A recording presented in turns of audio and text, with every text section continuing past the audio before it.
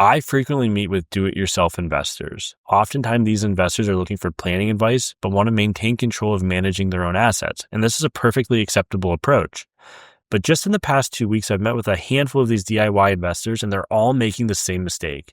And this mistake has cost them thousands of dollars in 2024 and will cost them thousands of dollars moving forward if they don't correct it. And this has come to our attention because they're getting ready to file their taxes. And when they receive their 1099s, they're not reporting the number of losses or the amount of losses that they were expecting based off their trading patterns this past year. So this video will cover the mistake, talk about the tax implications of the mistake, and speak to ways that they could have saved themselves thousands of dollars by being aware of one simple rule. Before we dive into the video, my name is Ryan Knoll. I'm a certified financial planner and founder of Nav Wealth Partners, a financial planning firm that helps clients across the country maximize the tax efficiency within their financial plan. So each of the investors that I'm working with has invoked or triggered the wash sale rule. And you may have heard of the wash sale rule, but I want to review it real quickly so you know what it is to help you avoid it in the future. Now, the wash sale rule prohibits you from deducting a capital loss on a security if you repurchase the same or substantially identical security within 30 days before or after selling that security at a loss. So the time frame here is you need to be aware of the 30 days before and the 30 days after, or a 61-day window in which you sell a security for a loss. Now, this applies to stocks, ETFs, mutual funds, and options, among other investments.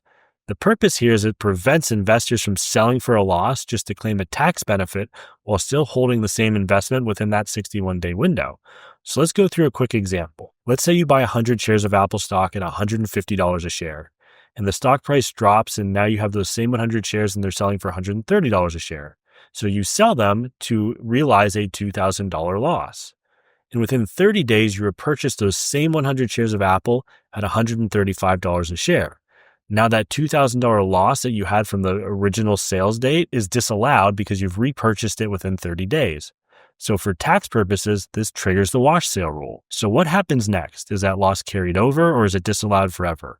Or can you take advantage of it in the future? If a wash sale occurs, the disallowed loss gets added to the cost basis of the new shares. And this means that the loss isn't gone forever, but instead it gets deferred until you sell those new shares. And the holding period carries over from the original price. So to help illustrate this example, I want to break down a visual application to that Apple example that we just went through a few seconds ago. Okay, so here's a visual example of what happens with our Apple example that we just covered. So we purchased the original shares at $150 a share. Some period of time later, we sold the Apple shares for $130 a share. This allowed us to realize a $20 per share loss. Now, all that is fine and good up to this point. But where we made the mistake is after we sold the Apple shares at $130 per share, we repurchased those same Apple shares within 30 days at $135 per share. So what this does is two things. It negates that $20 per share loss that we originally were allowed to claim for tax purposes. And it adds to the new basis of the new shares, making the basis of the new shares $155 a share. So effectively, the new basis here is the $135 that we repurchased the shares at, plus the $20 per share loss that was now disallowed based on the fact that we repurchased within the last 30 days. So after reviewing that example, you might think to yourself, it looks relatively easy to avoid the wash sale. But what people often miss is the fact that if you sell a security in a brokerage account to claim the loss, but buy that security or substantially identical security in any account that you hold, even your IRAs, you will invoke the wash sale rule. One of these individuals I recently met with has a very simple strategy. She only invests in the S&P 500. Now, I'm not going to go into detail about why she should diversify her investments. That's a conversation for another time. We're simply going to talk about this from the wash sale perspective. But this individual who I'm talking with also lives in California, where capital gains are taxed at the state level.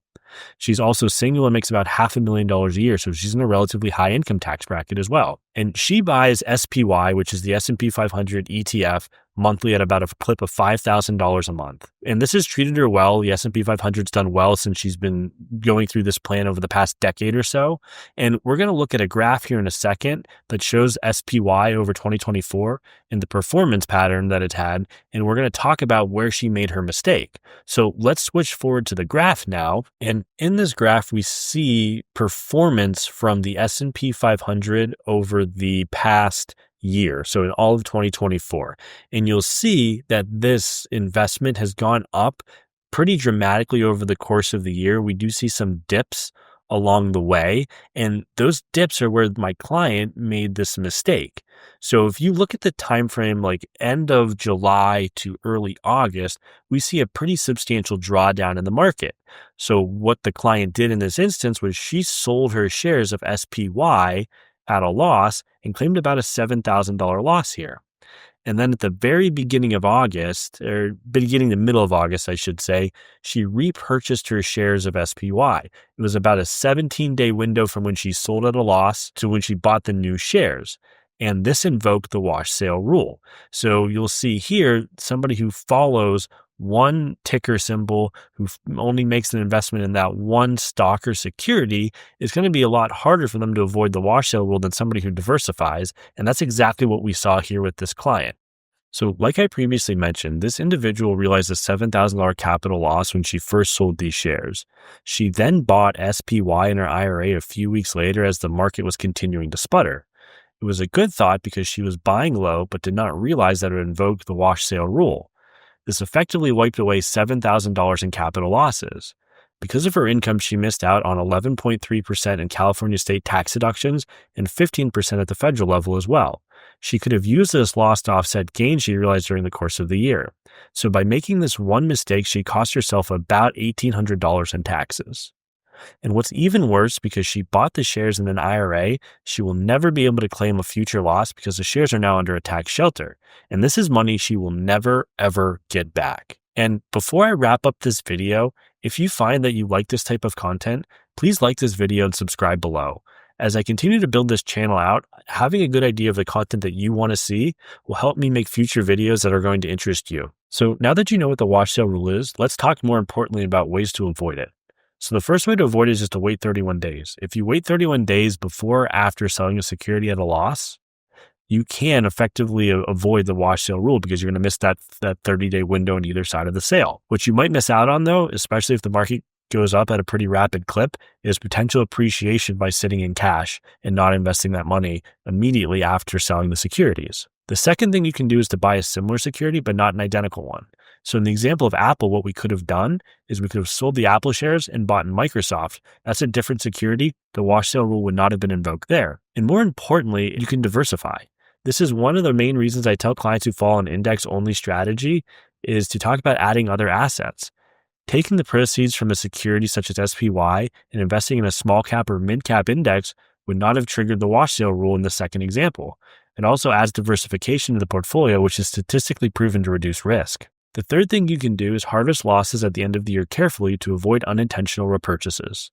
Timing the sales of capital losses is a tried and true method to avoiding a wash sale. Specifying when you are going to realize losses and utilizing another of the previous two strategies will go a long way to helping you avoid a wash sale. Okay, so now you know everything there is to know about a wash sale. More importantly, you know how to avoid it. If you're unsure if you are making this mistake, I would encourage you to meet with a certified financial planner to review your trades. And more importantly, talk to them about how to avoid this pitfall in the future. I would also invite you to schedule time for a free consultation on my calendar below. We can talk not only about the wash sale, but make sure you're optimizing your total financial plan. Thank you so much for watching.